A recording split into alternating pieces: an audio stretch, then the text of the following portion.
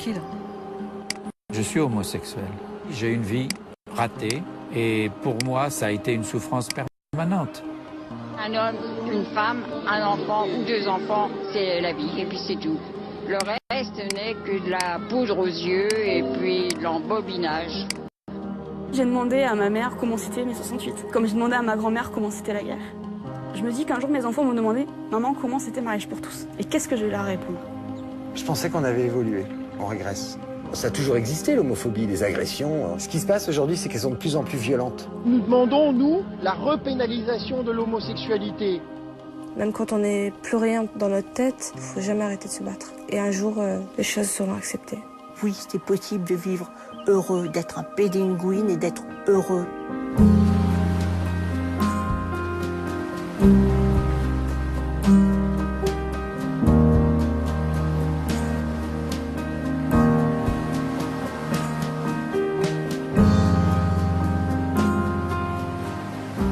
Je suis breton, je suis arrivé en Normandie, j'avais 9-10 ans. J'ai quitté Caen pour venir m'installer à Paris.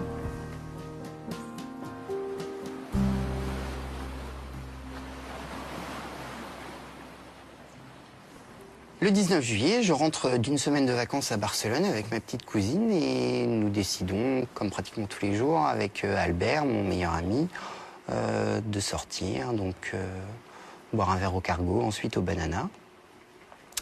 Et lui étant tributaire des transports en commun, prend le dernier métro et moi je me dirige pour aller prendre, comme pratiquement tous les soirs, un taxi pour me ramener dans le 14e.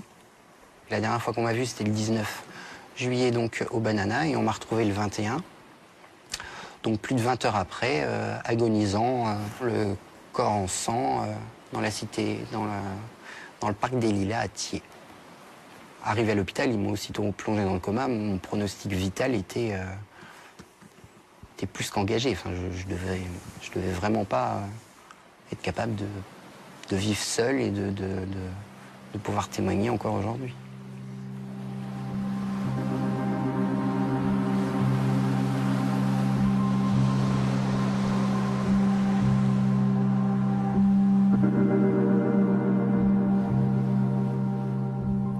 Ils me sont tombés à 4 dessus. Ils se sont amusés à m'écraser des mégots de cigarettes sur le torse. Ils ont tapé tellement fort qu'ils ont quand même réussi à me casser la mâchoire. Un poumon perforé. Enfin, il y en a vraiment, vraiment beaucoup. Je n'ai aucun souvenir de ce qui s'est passé. Je ne vous parle que de ce qu'ont déclaré mes agresseurs. Quand je dis qu'ils ont pris ma tête pour un ballon de foot, c'est leurs mots et c'est vraiment des déclarations. Moi, agonisant par terre, inconscient, ils se reculaient de 5-6 mètres. Donc ils étaient 2 de chaque côté. Et c'était celui qui prendrait le plus de recul en courant très vite pour taper le plus fort. Dans ma tête. Leur volonté première, tout comme ils ont brûlé ma pièce d'identité, c'était de détruire non pas mon corps, mais tout ce que je représentais en tant qu'homosexuel. Ils se sont pris essentiellement au visage, et puis les vêtements, et donc de brûler ma carte d'identité.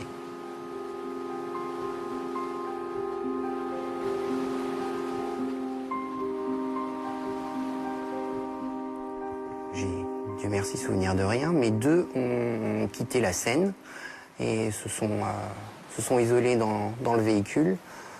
Ils sont restés donc à 2 et c'est à ce moment-là qu'ils ont décidé de me sodomiser avec des branches de bois donc, qui traînaient dans ce parc.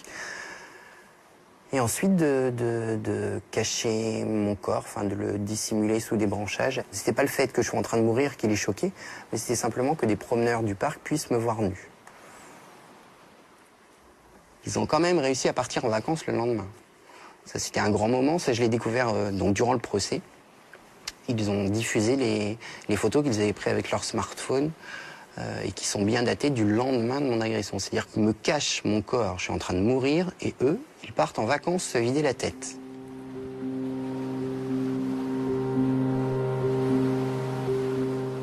Lorsqu'on m'a retrouvé dans le coma, on m'a aussitôt plongé dans un coma artificiel. Ils avaient dit à ma famille, au mieux du mieux du mieux, ce sera un légume. Il sera obligatoirement en fauteuil roulant. De toute façon, je devrais être complètement soit paralysé du côté droit, soit du côté gauche. Parce que quand je suis sorti du coma, je ne suis pas sorti du coma comme ça, à parler, j'étais complètement inerte, j'avais les yeux ouverts, je suivais les gens qui passaient autour de moi, mais je ne m'exprimais pas. Et c'est justement à ce moment-là où les médecins étaient très pessimistes, ils n'arrêtaient pas de dire à ma maman, à mes frères, à ma tante qu'ils ne pouvaient absolument pas prévoir de quelle façon ça allait évoluer. Je pouvais très bien rester dans cet état-là, ne pas m'exprimer simplement par le regard. Parce que j'ai une partie du cerveau qui est atrophiée et c'est un endroit où circulent normalement les informations. Donc le cerveau, parce que le corps humain est super bien fait, bah maintenant ça passe par un autre chemin, donc c'est plus long. Mais j'ai appris à pallier. Je peux maintenant avoir des discussions fluides, contrairement auparavant où il fallait que je réfléchisse. Ma maman m'a réélevé 2 fois. Réappris à marcher, réappris à manger. J'étais redevenu un enfant. Donc de me dire que j'ai survécu à une telle barbarie... Je suis contre les homos. C'est contre la loi de Dieu. Les gens ont oublié Sodome et Gomorrhe. Ils ont la mémoire courte, les hommes. Ils ont la mémoire courte.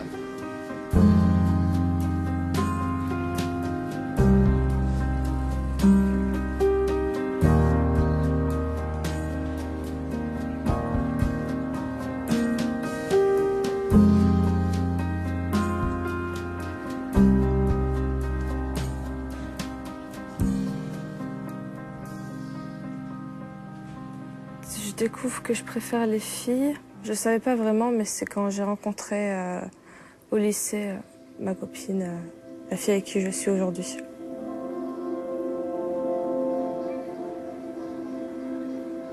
Quand je rencontre ma copine, je suis à la fois heureuse et en même temps inquiète parce que j'ai grandi dans une famille musulmane. Donc si je voulais être avec un garçon, c'était compliqué parce que voilà, ça se faisait pas, il fallait que j'attende, que je me marie. Donc avec une fille, ça n'existait pas. C'était pas possible. On n'en parlait même pas parce que c'était un sujet tabou.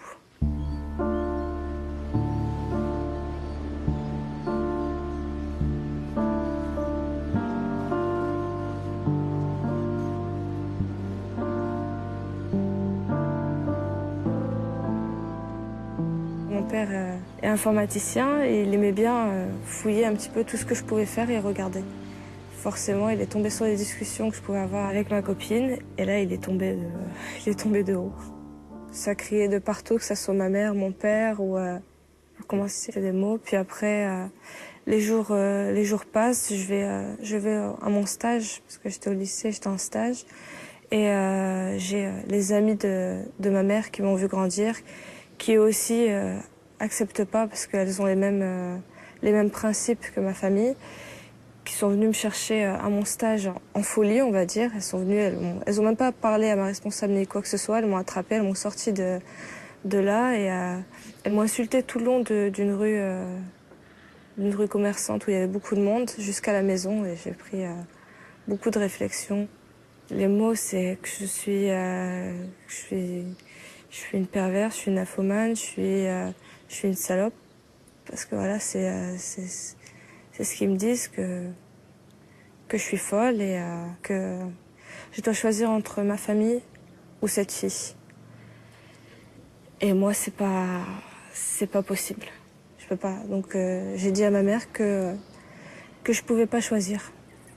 Elle m'a dit, comme tu peux pas choisir, eh ben, on peut pas accepter. C'est contre la religion d'accepter, donc la porte, elle est là. Elle m'a donné mes bagages et je suis partie. Mon lycée a quand même essayé de m'aider pour voir s'il pouvait me mettre en internat ou quelque part où je peux dormir. Et c'était en foyer, donc j'ai atterri en foyer. J'ai 16 ans à ce moment-là, oui. Il y a 2 sortes d'homosexuels. Il y a d'abord ceux qui sont malades, puis ceux qui font ça pour de l'argent. C'est des fous qui font ça. C'est pas des gens normaux. C'est des désaxés, puis c'est tout.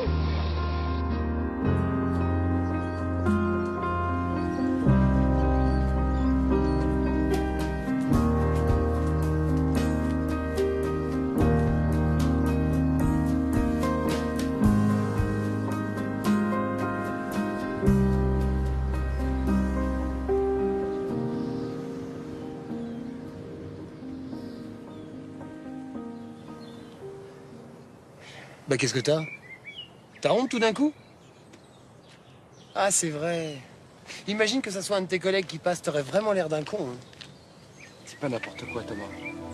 Simplement, si t'as décidé de partir une fois tes affaires terminées, j'aimerais bien que tu me le dises avant. Tu veux quoi? Que je te fasse des grands serments comme un joli petit couple? Mais non. Alors fais pas chier.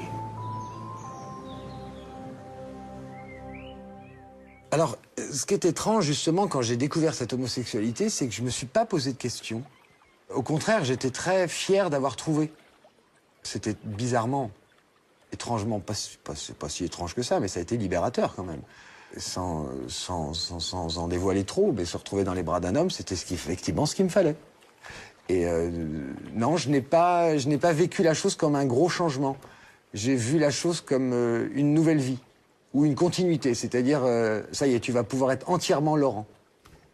Voilà. Mais ça n'a pas été une révolution terrible pour moi. Ça a plus été une révolution pour mes parents, je pense. Parce que comme je voyais pas les choses d'une manière... Enfin, je voyais pas l'homosexualité d'une manière très très grave, puisque moi j'ai été élevé dans un univers très ouvert, très libéral, enfin voilà. Ben, moi je suis arrivé avec ma grande bouche, quoi, et j'ai dit, maman, il y a un truc qui a changé chez moi. Ma mère, alors j'étais un jeune fumeur à l'époque de cigarettes, ma mère a cru que j'avais arrêté de fumer. Elle me dit, c'est bien, t'as arrêté de fumer? Je fais, non maman, j'ai couché avec un garçon. Et là, ma mère est partie en courant, elle a commencé à rigoler, à pleurer, à rigoler, à pleurer. Et là, j'ai été surpris, parce que je ne savais plus quoi faire. Je pensais pas que ça allait se passer comme ça. Et mon père a eu une réaction qu'on pourrait croire violente, mais qui est d'une douceur extrême. Il m'a presque pas regardé, il lisait son journal, il me dit « Laurent, tu fais tes affaires et tu t'en vas ». Alors là, évidemment, ça a été le coup de poignard, parce que je ne pensais pas que mon père aurait eu cette réaction. 3 petits points. Tu t'en vas, parce que je risque de te dire des choses que je ne pense pas, parce que je ne connais pas. Et là, j'ai été soulagé, et là, j'ai dit « Merci, papa ». Donc je suis parti, et il a fallu peut-être, on va dire, entre 6 mois et 1 an, pour que mon père et ma mère reviennent doucettement vers moi. Donc, mais il faut laisser du temps aux parents, surtout aux mamans. Donc, maman avait cette peur, la peur de mon fils qui a l'air si bien dans sa peau, si bien, qui commence à bien évoluer, hop, il m'annonce qu'il est homosexuel. Est-ce que c'est pas un handicap pour lui? Donc il a fallu que je la rassure, mais pas que je la rassure par les mots, que je la rassure par ma vie. Et en fait, quand elle a vu que ma vie était pas plus chaotique qu'un autre, et que j'étais très heureux avec l'homme qui partageait ma vie à l'époque, ben, elle s'est dit, ben, tout va bien.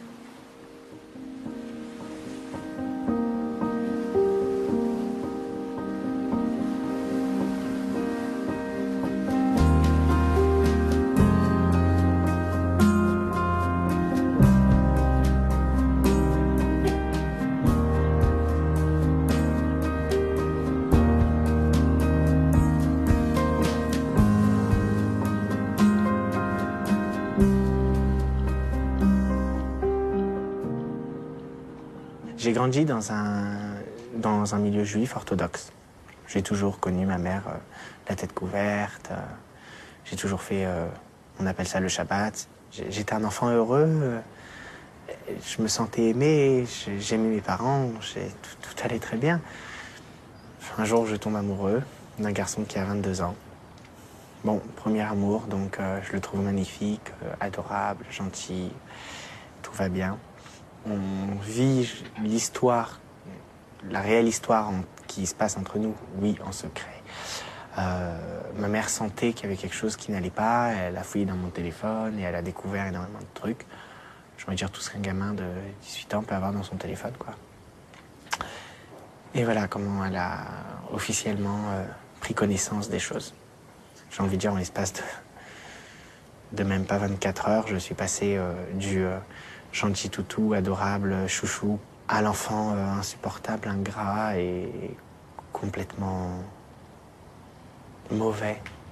Dans leur tête, c'est comme si qu'il y avait un mal qui me possédait et qu'il fallait faire un truc pour qu'il s'en aille. Donc en fait, moi-même, ils m'aiment, même aujourd'hui, ils m'aiment toujours. Simplement pour eux, il y a ce mal-là et tant qu'il est encore là, bah, c'est pas possible.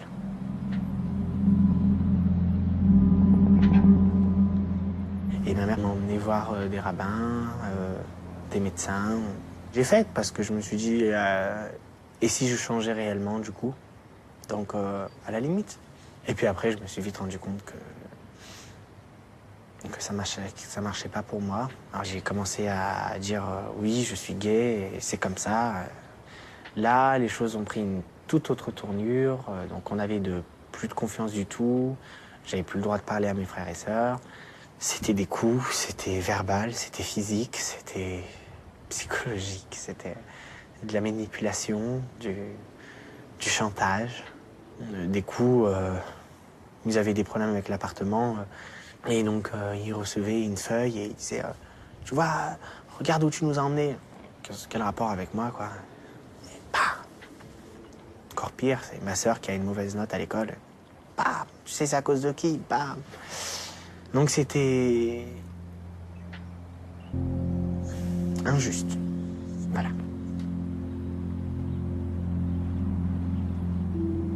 Là, je me sentais plus du tout en sécurité chez moi.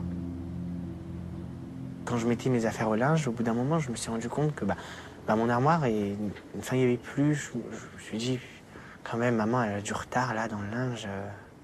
Et je cherche mes affaires, je les trouve pas. Et je dis à ma mère, t'as pas vu ce pantalon-là? Ah si, ils sont dans un sac poubelle dans ton balcon. J'avais même pas le droit de laver mes affaires, en fait. J'ai juste le droit de les voir dans un sac poubelle sale. Et donc, je peux pas les mettre. À la limite, je les mettais sales. Un jour, j'arrive, mes petites étagères au-dessus du bureau avec mes effets personnels, tout avait disparu. Je descends à la benne à ordures, je découvre un gros sac poubelle avec toutes mes affaires dedans. C'est presque de la torture, en fait. C'était horrible.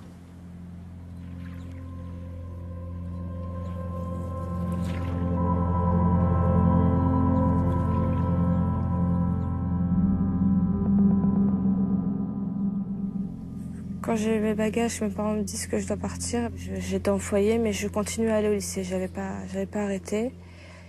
J'étais tellement mal que j'ai pris beaucoup de médicaments, très forts. Et je suis tombée dans le lycée. J'ai atterri à l'hôpital où on m'a réanimée. Parce que voilà, j'étais vraiment... j'y suis restée, quoi. J'ai été internée juste après que je sois en réanimation. Je suis restée quand même un mois à peu près en hôpital psychiatrique. C'était trop insupportable pour moi. Fallait que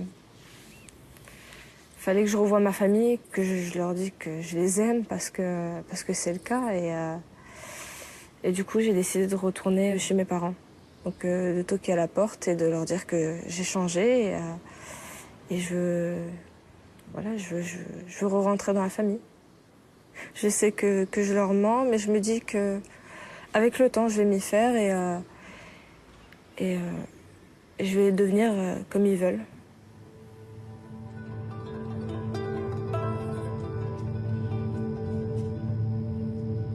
Ce qui est décidé, c'est que j'ai mon cousin qui me tournait autour depuis tellement longtemps, avec qui il s'est passé des choses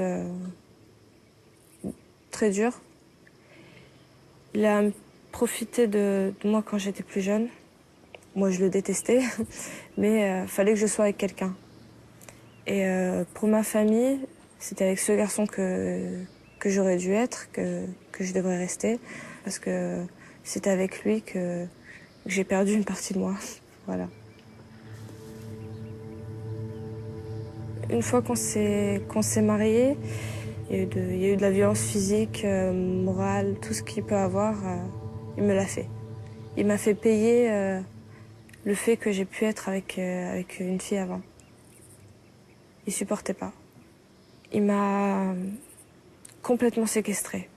J'avais le droit à aucune copine. C'était lui qui m'emmenait partout. S'il n'était pas là, je sortais pas. Je restais à la maison. Je pouvais pas ouvrir la porte. Si quelqu'un toquait, je pouvais pas. J'avais rien le droit. Il y a eu des coups, il y a eu des moments, où il profitait de moi. Quand on est marié et qu'on est avec quelqu'un, forcément, il faut vivre le mariage en entier, quoi. Donc, je faisais ce qu'il me disait de faire. sans même essayer de me débattre sur quoi que ce soit. Au bout d'un moment, c'était fini. Je savais que voilà, c'était où j'acceptais ou je me battais tout le temps. Donc j'ai fini par laisser faire. J'étais juste un corps et mon cerveau, c'était lui, parce que c'était lui qui faisait fais ça, fais ça, fais ça, fais ça. Je me battais plus.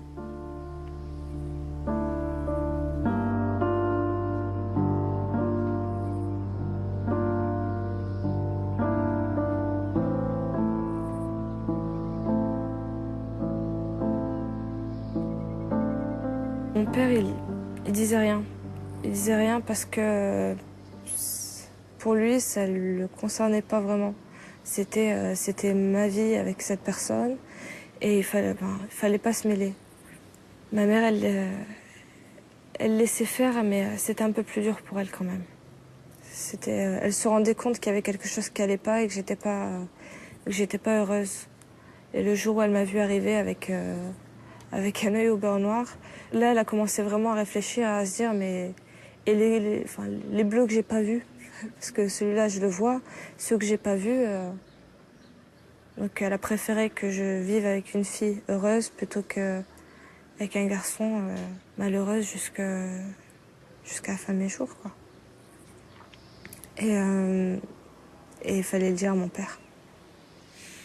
Et mon père, c'était plus compliqué. Il m'a dit, écoute, tu choisis ta vie, tu veux faire ta vie, tu l'as fait, mais moi je suis plus là, j'existe plus.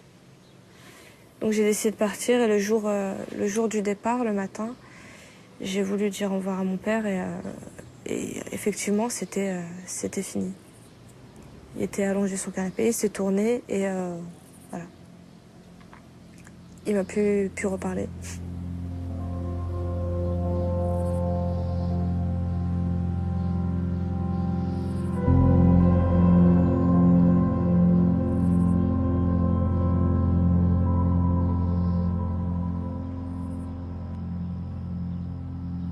L'homosexualité reste une déviance. Qu'est-ce que vous voulez? C'est pas normal, c'est un vice, quoi.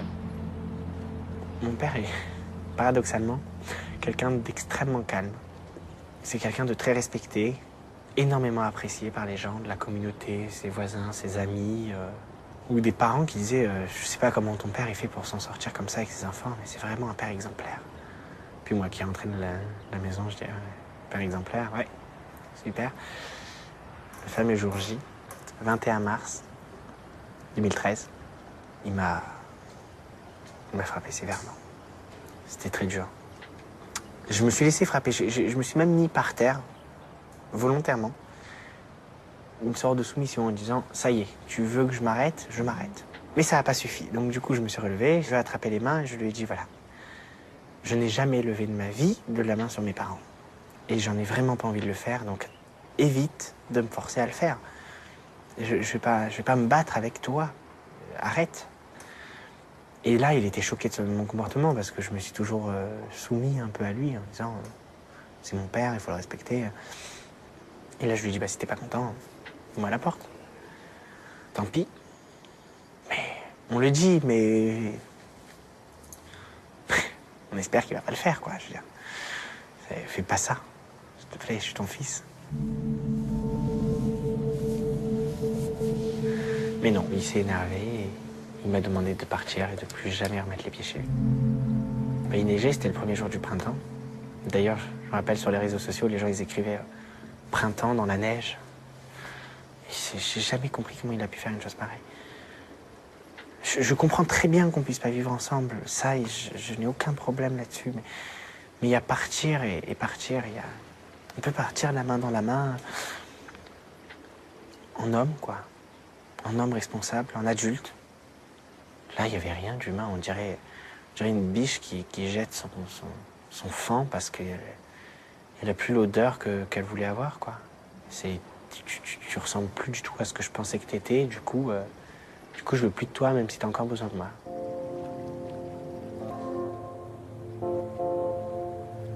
Le jour qui a suivi, ça a été police, ça a été hôpital. Il m'avait poussé et ma tête, elle avait... je pouvais plus bouger en fait la tête et jusqu'au milieu du dos, Donc je marchais comme ça, comme une sorte de robot. Je restais des heures dehors à me balader, marcher. Et j'ai surtout pas sauté dans la Seine. Jamais. Et c'est jamais un truc à faire.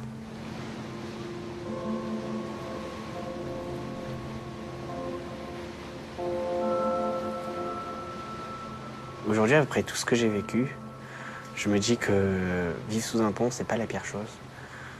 Croyez-moi, j'ai découvert des sous-sols, je pensais inexistants. Je croyais être au plus bas, et puis il y avait un -1, -2.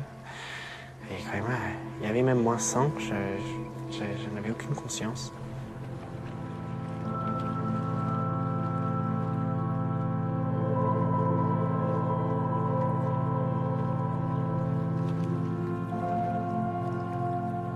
Donc j'ai commencé à chercher un travail en urgence, j'ai arrêté mes études et j'ai pris une place au refuge parce que ça s'était libéré. Je suis resté 6 mois là-bas. Des gens qui te soutenaient, des bénévoles super volontaires. Alors on ne se sent pas protégé parce qu'on n'a jamais eu une aussi belle protection que celle de ses parents. Mais je le prends comme étant une expérience de vie qui m'a fait mûrir, qui m'a fait rencontrer des gens, qui m'a fait voyager, qui m'a fait déménager 8 fois dans une même année. Croyez-moi, ça c'est de l'expérience.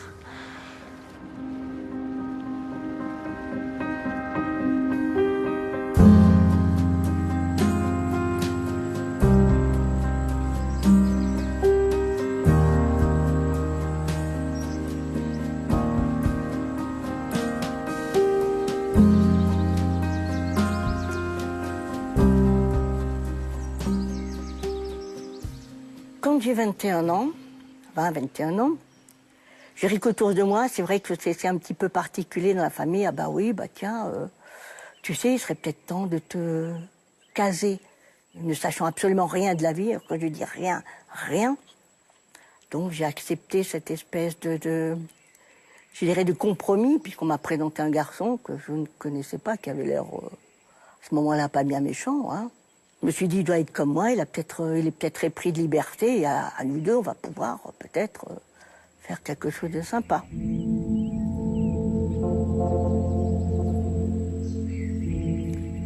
Sexuellement, ça se passait de façon catastrophique, parce qu'en fait, dès le départ, je me suis dit, bon, là, je suis pas à ma place.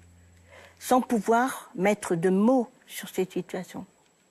J'étais dans un espèce de brouillard. Et donc, j'ai aussi eu des enfants. Pour moi, c'était très important. Alors, j'essayais d'être la meilleure femme possible.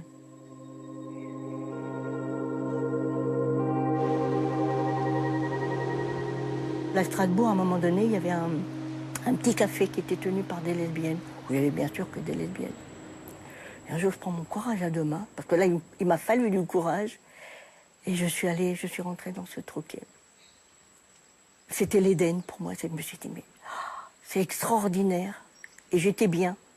Je me disais, mais bon, voilà, bien sûr que c'est naturel. C'est fort possible que tu sois lesbienne. Je dis, mais je suis mariée. Je dis, alors, voilà. Et c'est comme ça que j'ai rencontré ma femme, donc qui est ma femme aujourd'hui. La première seconde, j'ai dit, écoute, tu veux me marier avec toi? C'était, encore aujourd'hui, je ne peux pas expliquer ce qui s'est passé. Et c'est toujours aussi fabuleux encore aujourd'hui. Mais là, à ce moment-là, j'ai été envahie par plein de ressentis, parce que je me suis dit, je tombe amoureuse, mais folle, raide, dingue, de cette femme, et t'es mariée. Comment tu vas faire ça? Alors là, à ce moment-là, je me suis dit, Tabellion, t'as un problème.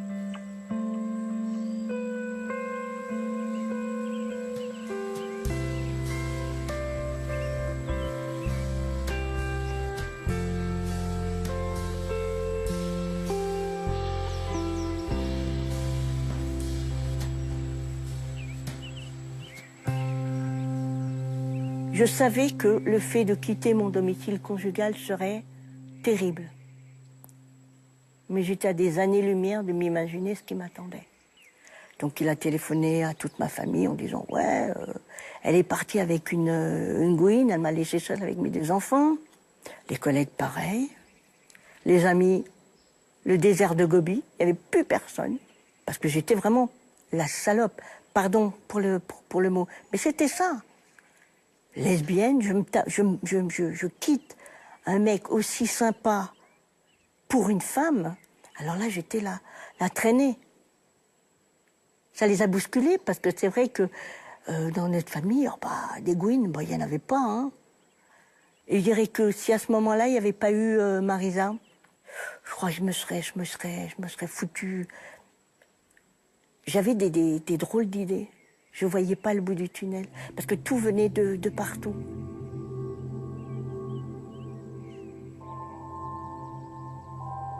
À partir du moment où on a décidé de faire un bout de chemin ensemble, j'ai dit, bon, voilà, on travaille toutes les deux.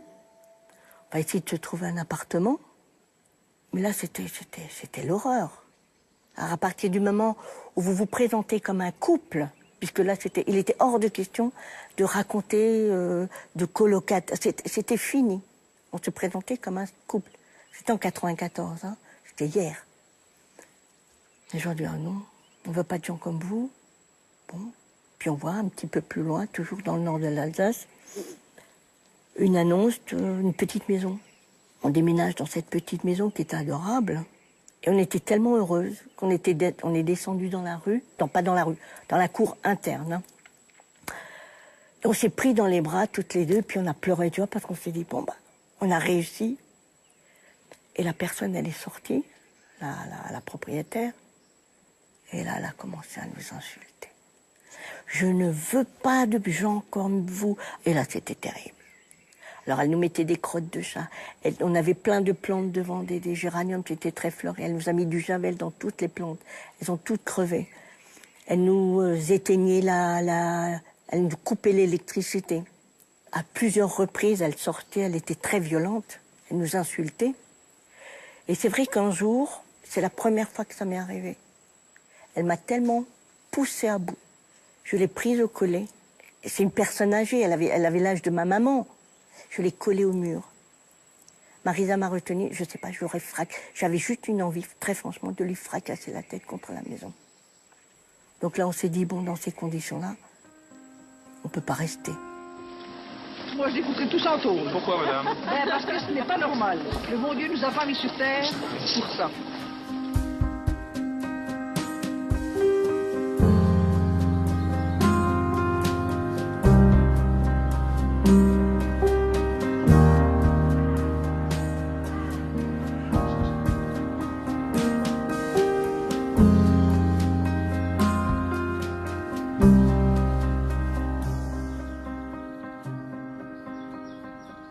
J'ai une famille plutôt bourgeoise, on va dire. Plutôt catholique, qui vote à droite.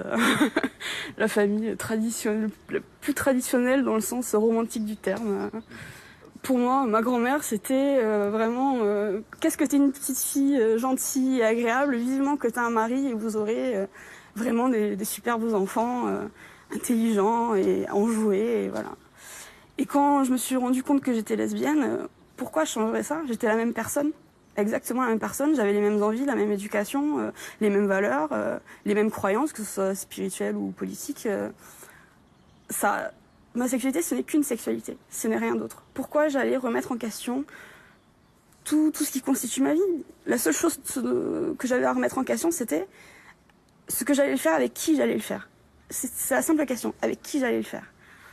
Et avec qui j'allais le faire? Avec une femme. Et donc à partir de là, j'ai inclus le détail femme dans mon foyer, dans mon idéal de foyer, en disant finalement ce ne sera pas un mari, ce sera une femme. Et ça s'est resté là, sans aucun drame, pour moi en tout cas.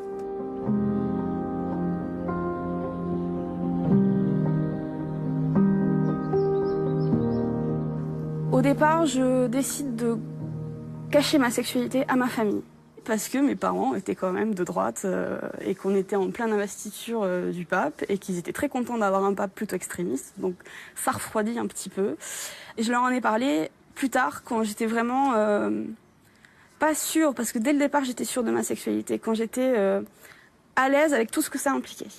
Donc je l'ai dit à ma maman en lui disant, au moment où je partais en fait, en disant je pars parce que je suis lesbienne et que je sais que tu me comprendras pas. elle n'a pas compris. De prime abord, elle n'a pas compris. C'était vraiment un choc pour elle. Je pense qu'aucun parent ne veut que son enfant soit gay. Même si certains parents se disent je m'en fous, mon enfant sera ce qu'il veut. Sur le fait accompli, c'est surtout les autres et pas le sien. Donc première réaction, mais t'es si jolie et t'es si intelligente, pourquoi? Et elle s'est dit, ma fille est lesbienne, elle ne pourra pas avoir d'enfant. Ne pas avoir d'enfant, c'est se refuser une descendance, se refuser un héritage. C'est une coupure nette dans l'histoire familiale. Ça s'arrête tout de suite. Et là, elle s'est dit, quel gâchis. Quel gâchis, parce que j'ai tout fait pour bien l'éduquer. J'ai voulu lui donner toutes les clés pour grandir, pour se construire. Et c'est fichu par terre. Les relations physiques homosexuelles ne peuvent pas cadrer avec la tradition morale, biblique et chrétienne, et il n'est pas possible moralement de les accepter. Donc aujourd'hui, ça fait 10 ans que j'ai fait mon coming out, effectivement. Elle l'a digéré, elle s'est habituée, en tout cas elle s'est habituée. Elle comprendra vraiment jamais. Je pense qu'elle est née dans un monde, dans une époque où l'homosexualité était interdite. Elle était pénalisée. Elle était pénalisée pourquoi? Parce qu'elle était vue comme de la débauche. On lui a appris toute son enfance que c'était de la débauche. À l'église, on lui apprend que c'est de la débauche. Je pense qu'elle s'en détache petit à petit. Je pense qu'elle s'en détachera encore plus quand j'aurai ma femme et mes enfants et qu'elle verra que c'est la vie normale, quoi. On est tous issus d'un papa et d'une maman et on trouve ça normal que chaque enfant ait la chance d'avoir un papa et une maman. De papa pour faire un enfant, comment faites-vous? Vous m'expliquez? Alors la nature est si bien faite que l'homme et la femme sont complémentaires. À un moment, j'ai vraiment eu l'horloge biologique qui s'est réveillée. Je me dis, j'ai vraiment envie d'avoir un enfant. Et en plein mariage pour tous en plus, donc c'était vraiment, on l'avait là. Elle m'a dit, mais c'est si simple d'avoir un enfant. Pourquoi tu te mets pas avec un homme, vous faites un enfant et vous divorcez après? Des petites phrases comme ça. Ou alors, mais va dans un bar. Va dans un bar, tout simplement. C'est pas la première fois que ça arrivera, c'est pas la dernière. Va dans un bar et trouve-toi un homme. Ou l'incompréhension totale par rapport à ma situation. En tant que célibataire, forcément, elle aimerait que je sois accompagnée parce qu'on veut toujours que ses enfants soient heureux en ménage.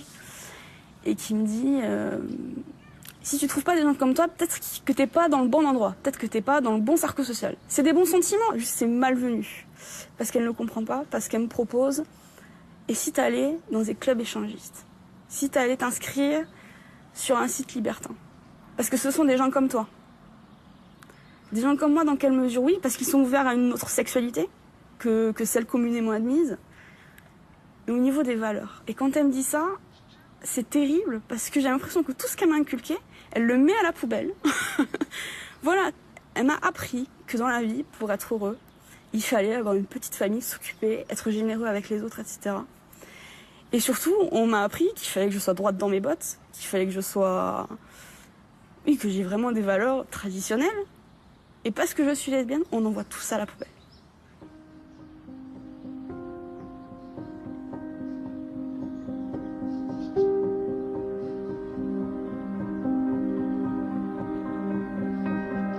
Je trouve ce mariage pour tous parfaitement ridicule. Ça ridiculise l'institution du mariage qui me paraît comme un des socles de la famille qui elle-même est un élément constitutif très important de la société.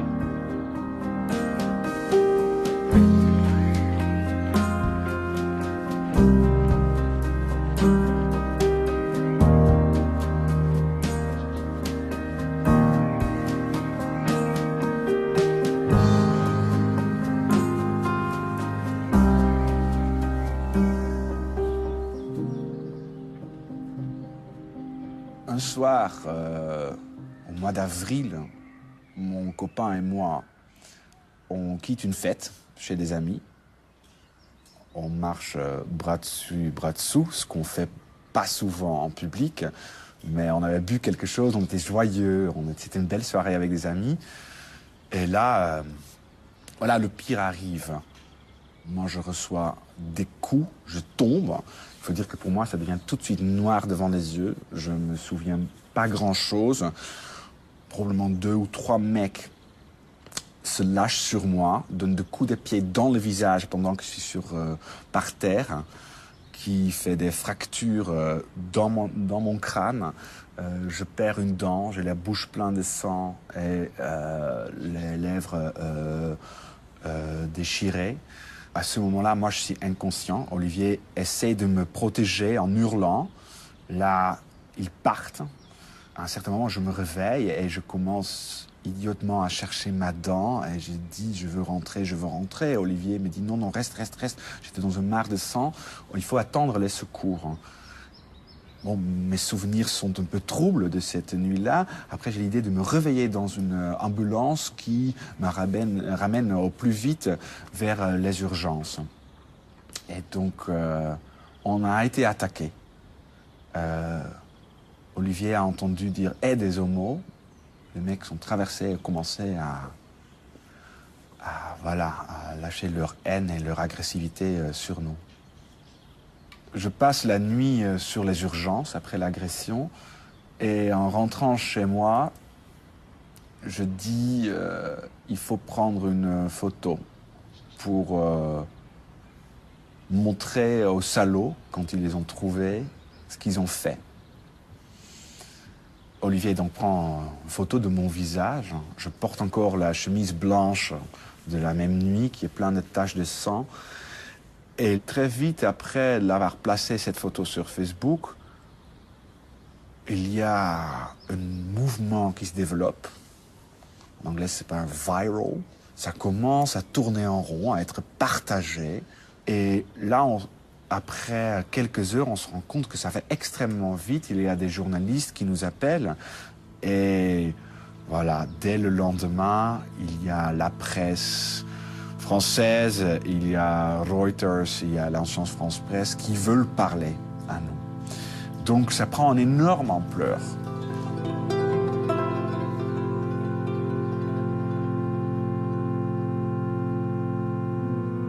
Les homosexuels sont-ils nuisibles à l'intérêt général? Oui. Oui.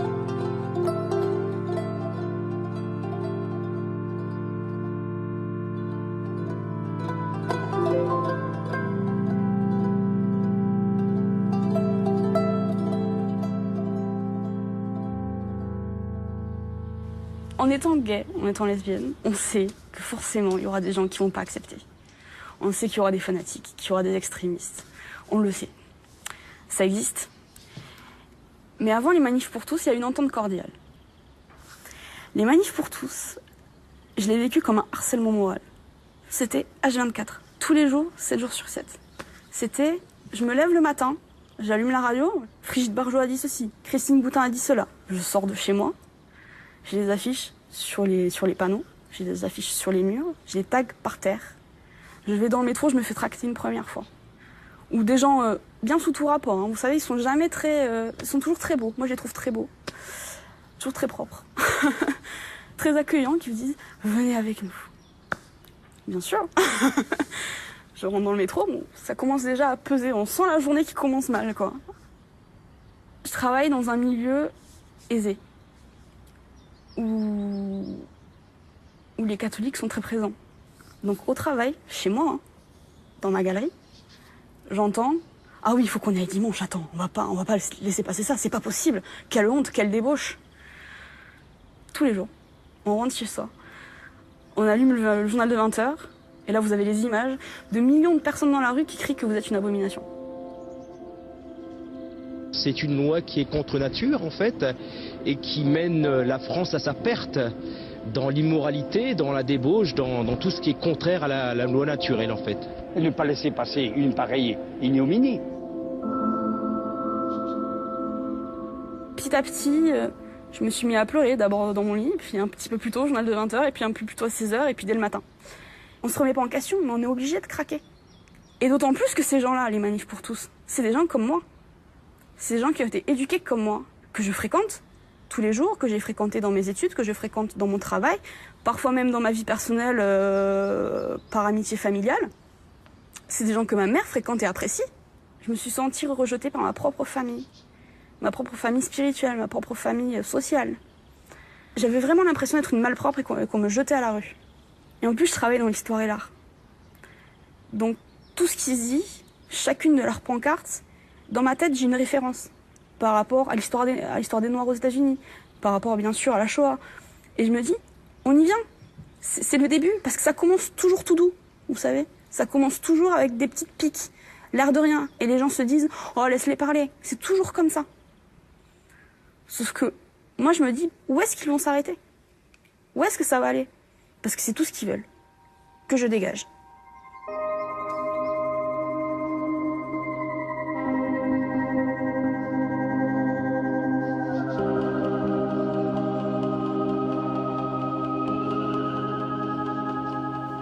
Je me souviens, on se disait, mais d'où vient cette homophobie soudaine?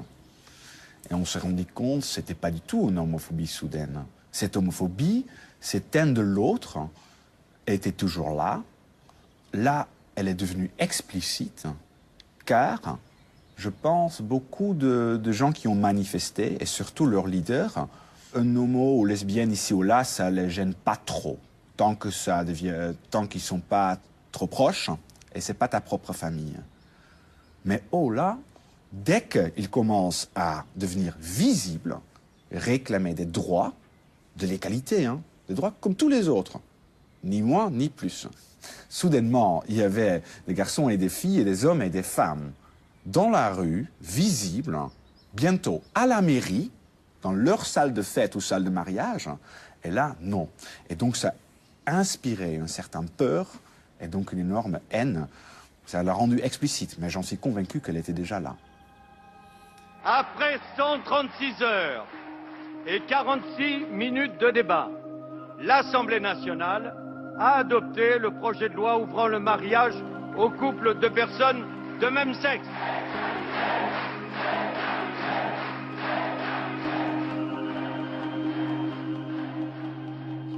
J'en ai rien à foutre de devenir attaché préfectoral, sous-préfet, préfet, ministre. Et je ne veux qu'une chose, c'est être près de toi. Tu me crois? Oui. Je sais pas pourquoi j'ai pensé à tout ça, j'ai flippé. Je croyais que je comptais plus pour toi. Non, c'est de ma faute. Je voyais que t'allais pas bien et je savais pas comment faire pour t'aider. Bah, dis-moi juste que tu m'aimes, ça me suffira. Je t'aime. Pendant les premières années où Thomas était avec Nicolas, on était le couple préféré des Français dans la série, hein, pas juste dans ce support. Et ça, je trouvais ça énorme. Voilà. Et là, depuis juillet dernier, enfin juin-juillet dernier, effectivement, les choses ont changé. Aujourd'hui, depuis ces manifestations, les gens contre l'homosexualité, d'ailleurs, comment peut-être contre l'homosexualité, c'est complètement fou, aujourd'hui traversent la rue pour me dire qu'ils sont contre moi. Et contre mon personnage, du coup. Et alors, ce qui est pour moi étrange, c'est que cette série a fait évoluer pas mal les mentalités, et puis tout d'un coup, on régresse. Mais on régresse à vue d'œil, quoi. C'est un truc de fou. C'est un truc de fou, cette régression mentale qu'on a aujourd'hui en France. Récemment, il m'est arrivé une petite mésaventure dans un magasin. J'allais juste faire des courses, comme ça nous arrive tous.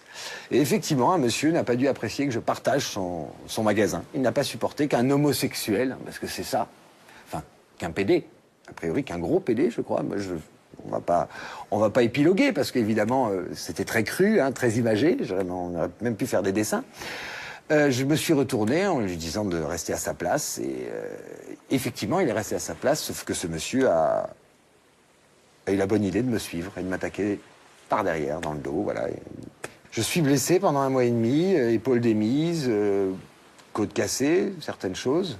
C'est étrange, surtout quand on ne fait rien. Quand on fait ses courses, c'est très très violent. Ça a toujours existé, l'homophobie, les agressions. Ça a toujours existé, ça existera toujours. Ce qui se passe aujourd'hui, c'est qu'elles sont de plus en plus violentes. Et que c'est de plus en plus cru. De plus en plus dur. Voilà. Un crachat, une insulte, moi j'en ai tous les jours, 20 fois par jour. Les coups, ça fait mal.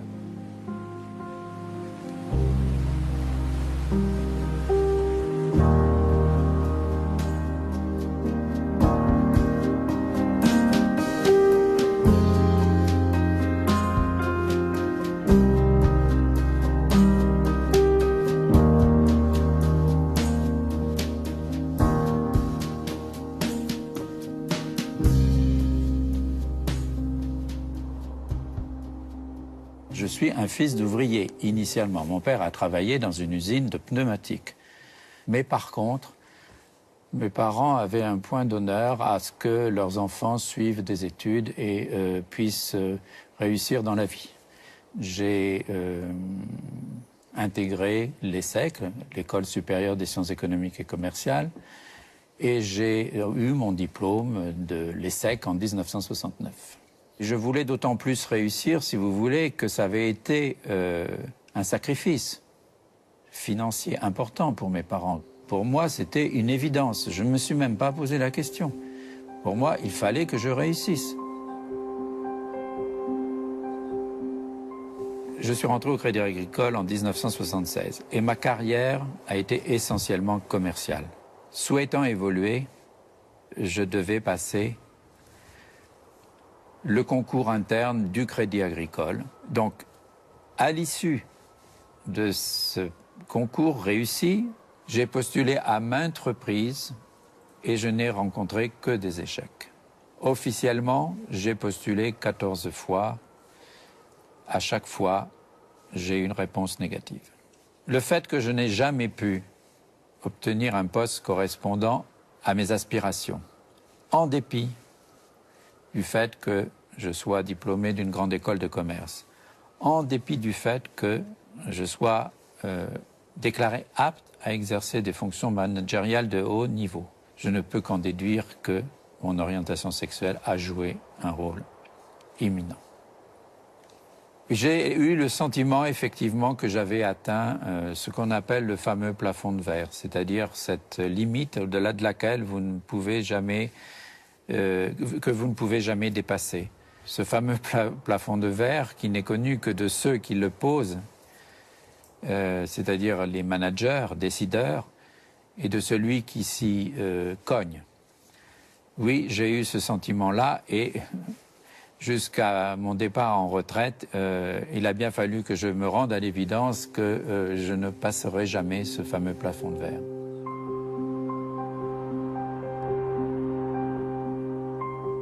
Oui, j'ai une vie ratée et pour moi, ça a été une souffrance permanente.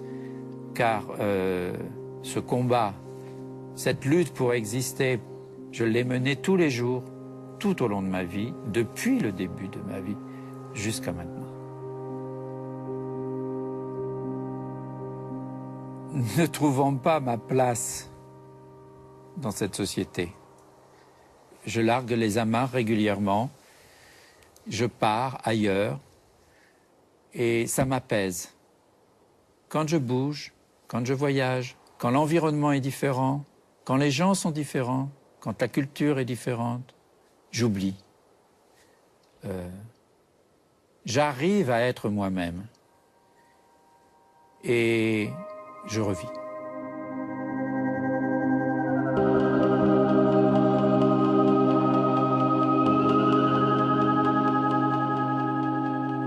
J'ai décidé de saisir la justice pour faire reconnaître mes droits. En faisant ce procès, je m'attaquais à quelque chose de très important, à une très grosse entreprise, et je prenais d'énormes risques.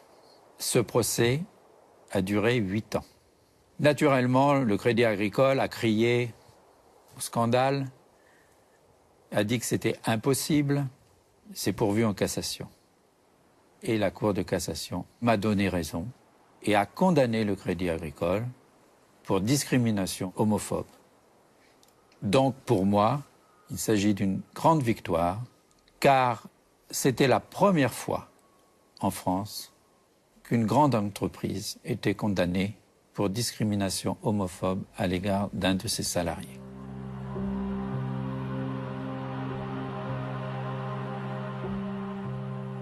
Grâce à ce jugement, les entreprises vont devoir être très attentives à la façon dont elles traitent les homosexuels.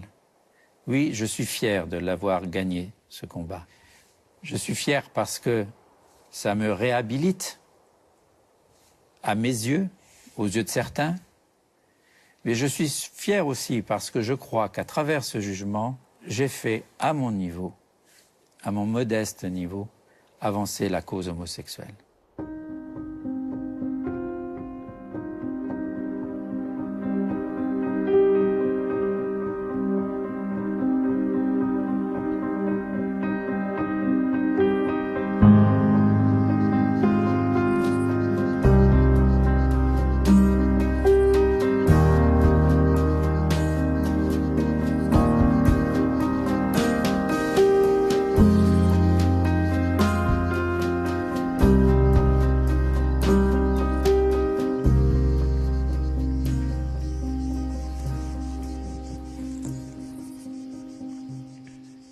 J'ai commencé à travailler à 16 ans dans le magasin de ma mère, c'était une épicerie. Et puis à 17 ans et demi, j'ai voulu travailler dans une grande surface. J'étais la plus jeune employée de France. J'y suis restée 16 ans. J'ai monté tous les échelons de simple caissière à chef de rayon. En 2009, j'ai rencontré quelqu'un et on a décidé de vivre ensemble. Donc j'ai déménagé où j'habitais et je suis venue habiter dans le Vaucluse, près de Vaison-la-Romaine. Et donc j'étais embauchée en 2009 dans une grande surface. Au départ, la première année, c'est très bien passé. Il y avait une équipe jeune. En 2009, mon chef est parti. Je sentais que l'ambiance se dégradait un petit peu parce que je commençais un petit peu à avoir des réflexions, des sourires moqueurs. Je n'ai pas prêté attention au départ. Puis après, c'est vrai que quand j'ai commencé à avoir des gestes avec la langue, avec les doigts, en faisant des signes de moquerie, je me suis dit, je sais pas, mais c'est un peu bizarre tout ce qui passe autour de moi. Donc le matin, le chef boulanger passe, il me sort, bonjour, alors comme ça, toi, tu n'aimes pas les hommes. Tu préfères les femmes. Tu n'as jamais connu le loup, alors. Mais de la manière qu'il le disait, je savais que ce n'était pas une plaisanterie, quoi. C'était méchant, parce qu'il ricanait, il riait, il se moquait, quoi. J'ai dit non, j'ai pas connu le loup, comme tu dis, j'ai pas connu d'homme. Je préfère les femmes, et c'est mon orientation sexuelle, ça ne te regarde pas. Lui, maintenant, c'était clair et net, il avait vraiment envie de me faire du mal. En plus, je le voyais, il commençait à parler avec beaucoup de personnes. La rumeur devait s'étaler dans le magasin, il fallait bien que ça fasse un peu rire du monde, donc là, ça allait plein pot.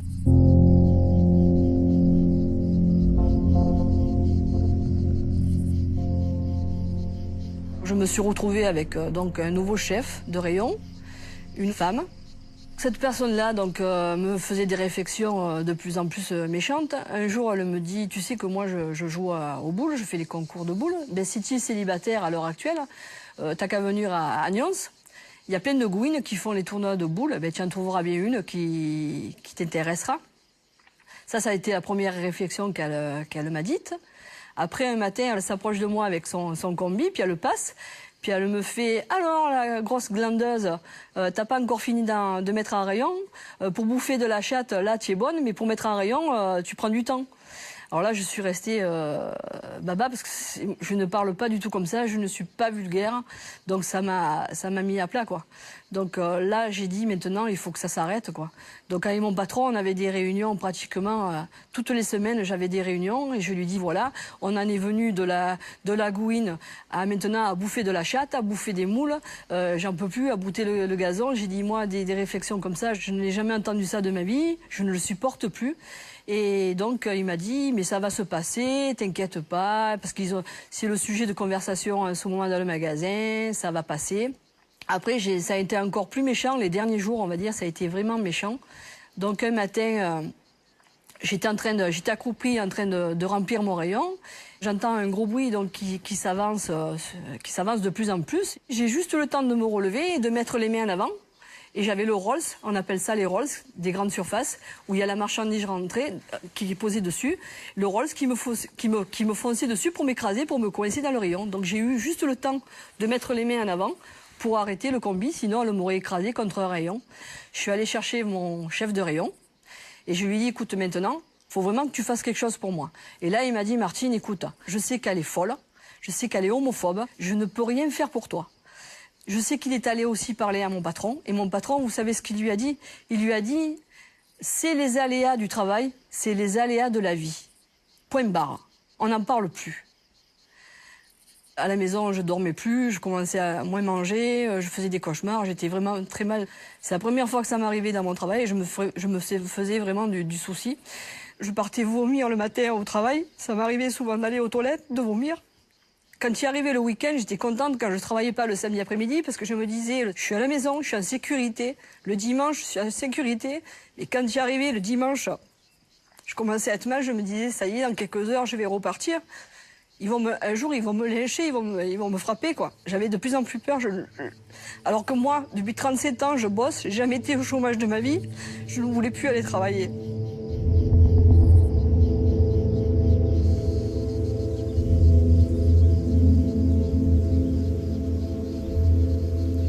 J'ai eu des idées noir, quoi. J'avais envie de me flinguer, quoi. Des fois, j'appelais 5-6 fois mes amis pour leur en parler. Et là, tout le monde m'a dit, Martine, tu dois pas te laisser faire. Tu dois pas te laisser faire, tu dois faire bouger les choses. J'ai dit, mais comment je peux faire bouger les choses? Personne ne me défend. Donc on m'a dit, il doit y avoir des associations qui peuvent t'aider, il faut que tu te débrouilles. Et c'est vrai que sur Internet, j'ai cherché et j'ai trouvé l'association d'SOS Homophobie. Et l'association, c'est vrai qu'elle m'a beaucoup aidée. Ils m'ont dit, il y a la médecine du travail aussi qui peut vous aider. La médecine du travail, les syndicats. Donc le mercredi, je suis allée à la médecine du travail. Il m'a dit, bon, mais écoutez, on va faire quelque chose, je ne peux pas vous renvoyer dans ce magasin. Et c'est vrai qu'il m'a aidé, c'est grâce à lui donc, que j'ai été reconnue en inaptitude à tous les postes du magasin. Voilà.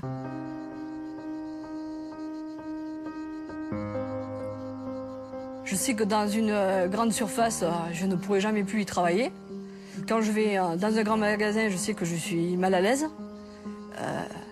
Pour moi, je me reconstruis petit à petit. Très vite après l'agression, on s'est dit, Olivier et moi, on est deux, c'est très bien. Et les salauds-là, on ne les laisse pas nous intimider ou nous gâcher la joie de vivre. On s'aime, on aime la vie. 99% de la population sont des gens tout à fait OK et bien. Et il y a quelques connards. Et eux, ils ne doivent pas avoir le dessus dans ce type d'affaires.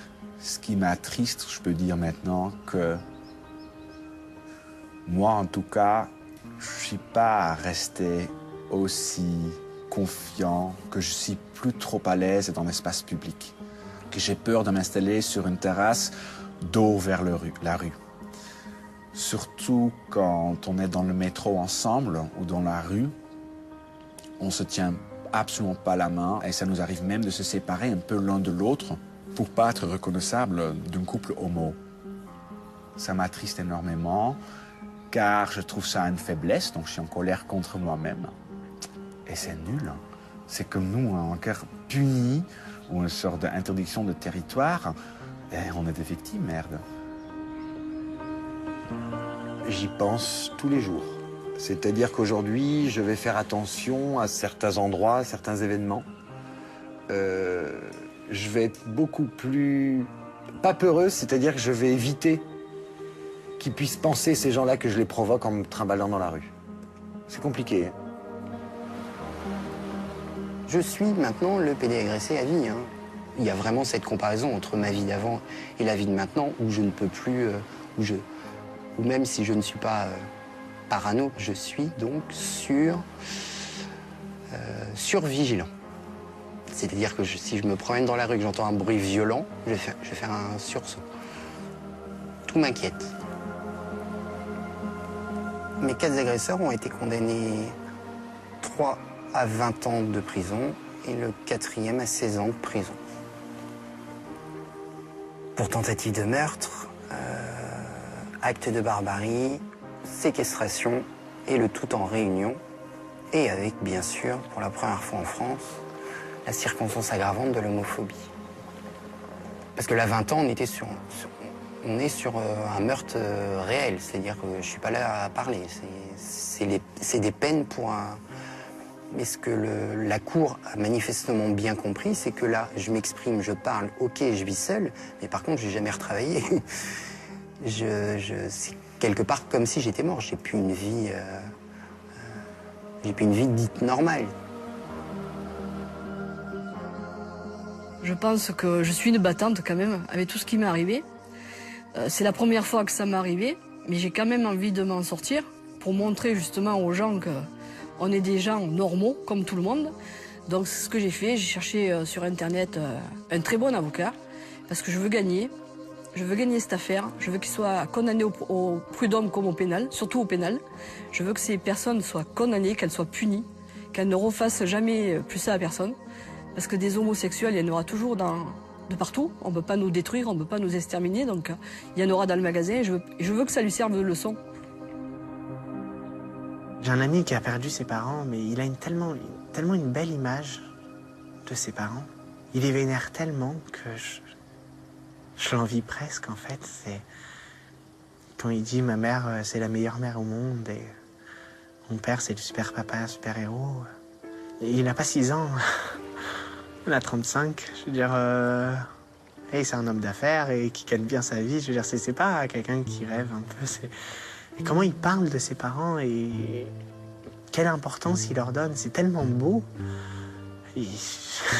J'en suis presque jaloux, quoi. Dire pourquoi moi je peux pas dire la même chose, pourquoi je peux pas dire que ma mère c'est la meilleure mère au monde et que c'est la plus belle femme et que c'est les choses les plus importantes. Et qu'elle me fera jamais de mal, c'est le genre de phrases que je peux pas dire. Mon père, j'ai tout essayé pour le joindre. Je lui ai envoyé des mails, des SMS, j'ai appelé son portable, son travail, j'ai envoyé des cartes postales. J'ai tout fait. J'ai été même me mettre devant sa voiture pour lui montrer voilà, que je voulais lui parler, que je l'aimais. Il s'est pas retourné, enfin voilà, il a même pas tourné la tête, il a continué. J'ai essayé de l'appeler, il a décroché le téléphone, il l'a mis à l'oreille, j'ai entendu pleurer, mais il parlait pas. C'est moi qui lui a parlé en fait. Même s'il répondait pas, je savais qu'il écoutait. Et quand je lui ai dit qu'il me manquait et que je l'aimais, il m'a dit que lui aussi. Donc c'est là où il a répondu. Il a répondu qu'il m'aimait. Je l'aime plus que tout, quoi.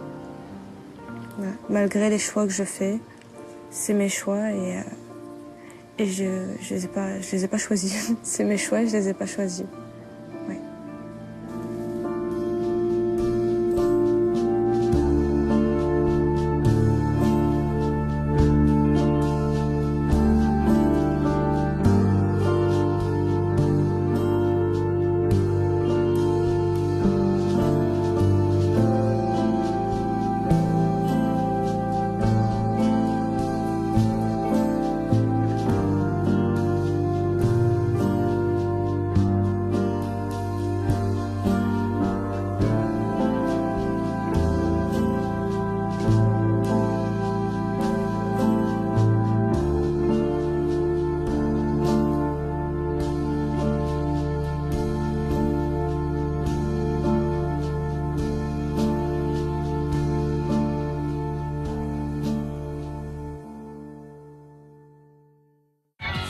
À suivre dans Infrarouge, un deuxième film sans concession. Sans concession. Le baiser est la thérapie conjugale naturelle pour faire durer un couple. Sommes-nous vraiment monogames? La fidélité en question dans un documentaire où la science se mêle de notre vie amoureuse. Du baiser au baiser, polygame mais fidèle. Tout de suite.